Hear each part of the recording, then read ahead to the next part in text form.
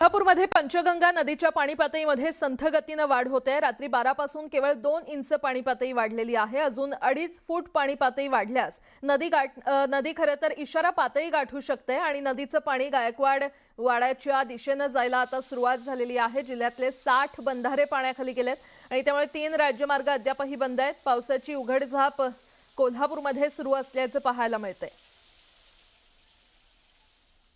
आणि या संदर्भात अधिक माहिती देत आहेत आमचे प्रतिनिधी ज्ञानेश्वर साळोखे आपल्यासोबत जोडले गेलेले आहेत।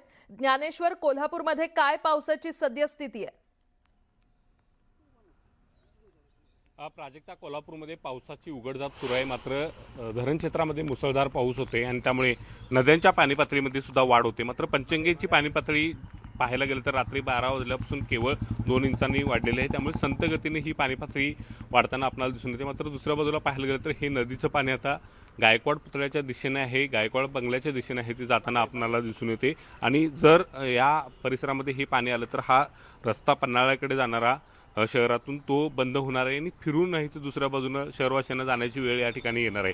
एकूणच पाहायला गेलं तर या कोल्हापूरात होत असलेल्या सततधार पावसामुळे आहे तो पाहायला गेलं तर 60 बंधारे पाण्याखाली आहेत। याशिवाय 3 राज्यमार्ग अद्यापही बंद आहेत। त्यामुळे वाहतूक व्यवस्था अनेक ठिकाणची आहे ती विस्कळीत झाल्याचं पाहायला मिळते। जिल्ह्यातल्या सगळ्याच नद्यांना पूर आलेला आहे, नद्या दुथडी भरून वाहत आहेत। अनेक बंधाऱ्यावरून आहे ते पाणी वाहताना आपल्याला दिसून येते आणि त्यामुळे शेती आहे ते पूर्णपणे या सगळ्या पाण्याखाली आल्याचं दिसून येते। त्यामुळे असंच जर पाणी आणखीन काही दिवस राहिलं तर शेतीचं सुद्धा नुकसान होण्याची भीती आहे ते व्यक्त केली जाते। एकूणच पाहायला गेलं तर कोल्हापूरमध्ये सकाळपासून जर पाहायला गेलं तर पावसाची उघडझाप सुरू आहे। पावसाचा जोर म्हणावा तितका दिसत नाही, मात्र धरण क्षेत्रामध्ये जो होत असलेला पाऊस आहे त्यामुळे नदीच्या पाणी पातळीमध्ये संथ गतीनं का होईना पण वाढ होताना आपल्याला दिसून येते आणि त्यामुळे नदीची पाणी पातळी आणखीन 2.5 फुटांनी वाढली तर पंचगंगा नदी आहे ती इशारा पातळी गाठणार आहे आणि इशारा पातळी गाठल्यानंतर आहे ते नागरिकांचं स्थलांतर प्रशासन नेहमीच करताना यावेळी सुद्धा तीच परिस्थिती निर्माण होईल अशा पद्धतीची शक्यता व्यक्त केली जाते। एकूणच पाऊस थांबला तर ही परिस्थिती निवळेल, मात्र